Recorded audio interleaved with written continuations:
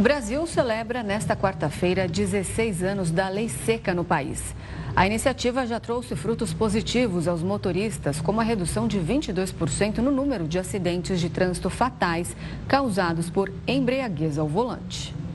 Para se ter uma ideia da importância da Lei Seca, em 2010, o Brasil teve 13.911 óbitos por causa da combinação entre bebida alcoólica e volante. Já em 2022, esse número caiu para 10.746 mortes. De acordo com o Centro de Informações sobre Saúde e Álcool, os homens são as principais vítimas no trânsito. Em 2022, do total de vítimas fatais, 9.457 foram do sexo masculino e 1.290 do sexo feminino. A Lei Seca foi instituída em 2008 com a finalidade de estabelecer uma taxa zero de alcoolemia no trânsito e impor penalidades mais severas para o condutor que dirigir alcoolizado. Quem desobedecer à legislação sofre uma multa de R$ 2.934,70, além de suspensão da carteira de habilitação por 12 meses. Segundo dados do Ministério do Transporte, de 2019 a 2023,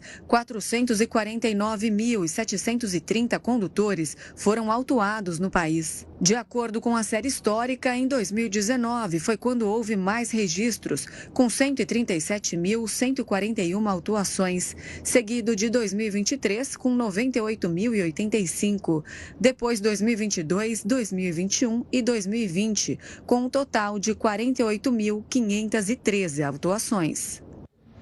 Quem vai comentar sobre os 16 anos da Lei Seca é o doutor Aquila Couto, médico especialista em medicina do tráfego, integrante da Abramet, que é justamente a Associação Brasileira de Medicina de Tráfego. Doutor, uma boa noite. Não dá para dizer, obviamente, é claro, que a Lei Seca foi um avanço na nossa legislação.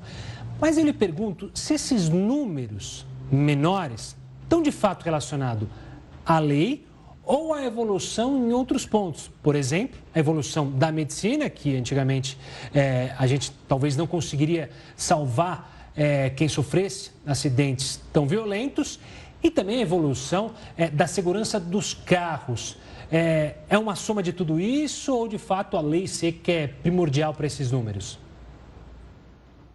Boa noite, Gustavo. Boa noite, Renata. Boa noite a quem está nos assistindo também.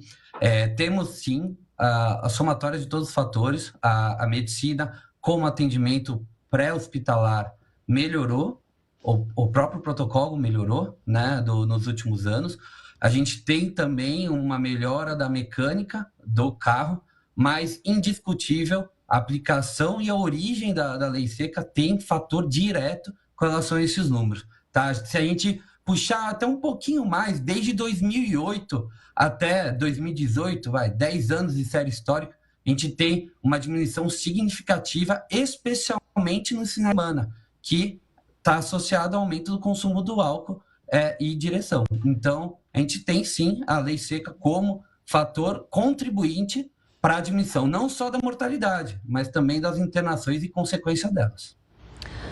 Doutor, mas aí eu te pergunto, se a gente tem uma lei tão rígida em relação a álcool e direção, por que os números não reduziram, então, consideravelmente? A gente continua ainda registrando mortes por causa de embriaguez ao volante.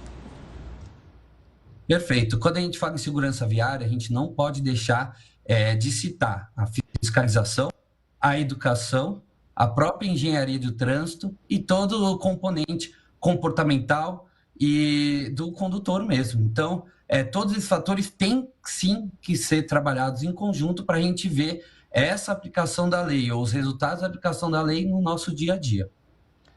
E, doutor, obviamente que a gente ainda tem um pensamento de uma pequena parte da população que ainda é crítico ao fato de, eu não posso tomar uma cerveja e dirigir, que eu sou multado, mas eu conscientemente consigo dirigir tranquilamente. O que dizer para essas pessoas? De fato, uma latinha de cerveja, um copo de vinho altera reflexos e a habilidade ao manejar?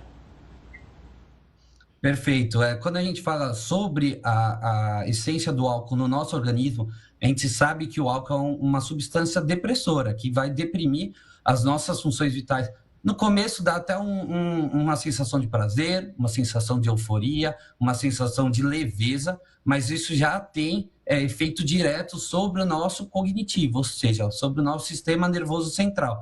A gente tem em 3 pilares, então, sobrevivência, diminuição de performance, alteração do comportamento na própria direção veicular. Qualquer medida de álcool presente no seu corpo está, sim, associado diretamente. É uma reta com relação ao aumento de chance de você estar envolvido num sinistro de trânsito ou num acidente de trânsito. Então, inquestionável com relação à ação do álcool no nosso organismo, na nossa fisiologia humana. Doutor, na sua visão, o que precisa ser feito, então, para a gente reduzir cada vez mais esses números? Você falou agora de educação no trânsito dos motoristas. Essas campanhas educativas funcionam? Uma maior fiscalização, maior número de blitz, uma integração das polícias, por exemplo, da Polícia Militar ter em toda a viatura um bafômetro que pode ser usado ali não em caso de blitz, mas está fazendo alguma ocorrência ali suspeita e também poder utilizar? Quais seriam as saídas para a gente ver esses índices diminuindo cada vez mais?